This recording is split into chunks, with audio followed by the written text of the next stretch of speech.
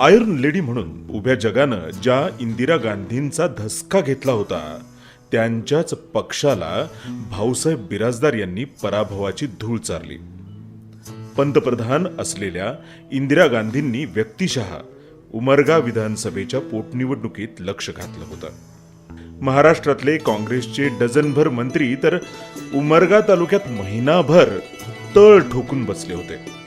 इंदिरा गांधींसह काँग्रेसच्या या डझनभर मातब्बर मंत्र्यांना धोबी पछाड देत दिवंगत भाऊसाहेब बिराजदार यांनी विजयाचा लख सूर्य खेचून आणला. काँग्रेसची दाणादाण उडाली. सर्वसामान्य मतदारांच्या साथीनं महाराष्ट्राच्या नकाशावर कर्तृत्वाचा अनोखा बिराजदार पॅटर्न ठळकपणे पुढे आला.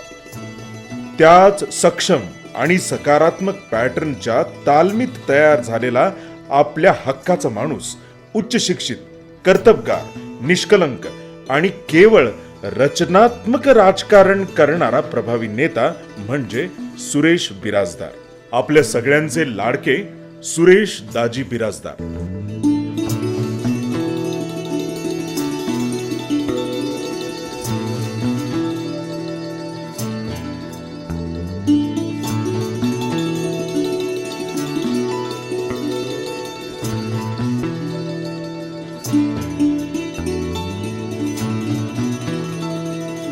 एकोणीसशे सालच्या त्या ऐतिहासिक विजयाचा न मिटणारा प्रभाव आजही जिल्ह्याच्या राजकीय पटलावर कायम आहे. स्वतःच्या कर्तृत्वानं विजयाचा सूर्य खेचून आणणारे भाऊसाहेब बिराजदार यांचं बोट पकडूनच नव्या पिढीचा कर्तृत्ववान प्रतिनिधी असलेले सुरेश बिराजदार यांचा राजकीय प्रवास सुरू झाला. तो आजही अव्याहतपणे सुरूच आहे. आपल्या राजकीय जीवनाची पहिली इनिंग सुरेश दाजी बिराजदार यांनी मिनी मंत्रालयापासून सुरू केली. याच काळात किल्लारी आणि उमरगा तालुक्यातील अनेक गावांना 1993 सालच्या महाप्रलयंकारी भूकंपानं बेचिराख केलं. क्षणात होत्याचं नव्हतं झालं. कित्येक गाव अन गावातली हाडामासाची माणसं मातीच्या ढिगाऱ्याखाली गाडली गेली. 30/9/93 भूकंप झाला. त्यावेळेला मी सरपंच होतो. शासनाने 393 घरं मंजूर केली. काही लोक उघड्या राहिल्यामुळं सुरेशदाजी हे जिल्हा परिषदेचे सदस्य होते. त्यांच्या प्रयत्नातून 193 घरं मिळाली आणि त्यातून 566 घरं झाले. एक स्थानिक जिल्हा परिषदेचे उमेदवार म्हणून जे काम होतं ते आदरणीय सुरेशदाजी बिराजदार साहेबांचं काम होतं. त्यावेळेस सगळे लोक उघड्यावर होते. घरं पडली होती. शेतात कोण जायला तयार नव्हतं. अशा वेळेस जे काम आवश्यक होतं, आधाराचं काम होतं, हे पत्र्याचे शेड असोत किंवा लाईटचे पोल उभारणीचं काम असो किंवा रस्ते बांधणीचं काम असो, या प्रत्येक बाबतीत दाजींनी जे काम केलं ते अत्यंत महत्त्वपूर्ण काम होतं. ते आम्ही कधीही विसरू शकत नाही. कारण त्या काळातलं दाजीचं काम हे अत्यंत नवखं, वय खूप कमी होतं. त्या कमी वयातसुद्धा एवढी प्रगल्भता दाजीच्यात होती की दाजीने त्यावेळेसचं जे काम आहे अद्याप आम्ही विसरू शकलेलो नाही. भूकंपानंतर मदतीचा ओघ सुरू झाला. राज्य, देश आणि आंतरराष्ट्रीय पातळीवरून अनेक जण मदतीसाठी सरसावले. याच काळात एक उमदा तरुण झपाटल्यागत झोकून देऊन काम करीत होता. तिथून पुढे सलग 5 वर्ष या तरुणानं रात्रीचा दिवस केला. निसर्गानं मातीत गाडलेल्या या सगळ्या परिसराला आणि परिसरातील माणसांना स्वाभिमानानं उभं केलं.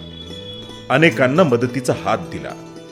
देशाचे माजी कृषी मंत्री श्री शरदचंद्रजी पवार साहेब, माजी मंत्री डॉक्टर पद्मसिंहजी पाटील आणि विलासराव देशमुख साहेबांनी सुद्धा या धडपड्या तरुणाच्या एकूण योगदानाची मोठ्या सन्मानानं दखल घेतली.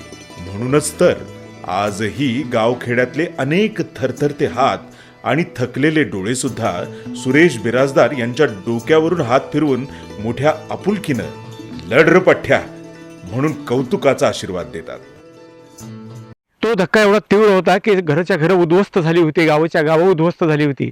आणि त्यातून सावरण्यासाठी जे काम आपल्याला एक राजकीय नेतृत्वानं अपेक्षा करत होतो ते सर्वात मोठं काम केलं शरद पवार साहेब या भागातले डॉक्टर पद्मसिंह पाटील यांनी, आणि त्यांच्याबरोबरनं त्यांच्या खांद्याला खांदा लावून जे काम केलं, एक स्थानिक जिल्हा परिषदचे उमेदवार म्हणून जे काम होतं ते आदरणीय सुरेशदाजी बिराजदार साहेबांचं काम होतं.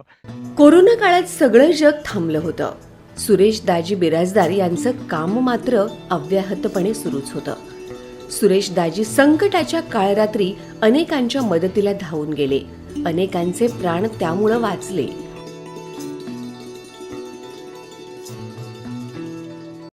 कोरोना काळात निराधाराच्या पगारी संदर्भातचा विषय व्यानद्वारे जनजागृती करून लोकांशी सतत संपर्क ठेवून लोकांचे प्रश्न मार्गी लावण्यासाठी बराच प्रयत्न केलेला आहे आणि त्यामुळे ती जनतेच्या बऱ्यापैकी संपर्कात आहेत असं मी या ठिकाणी सांगतो. अतिवृष्टीच्या तडाख्यात सापडलेल्या ग्रामस्थांना दाजींच्या मदतीचा हात मिळाला नसता तर काय झालं असतं याची कल्पना न केलेलीच बरी. लोहारा तालुक्यातल्या राजेगावच्या देशमुख बंधूंना प्रत्यक्ष घटनास्थळी थांबून आदरणीय दाजींनी जीवनदान मिळवून दिलं.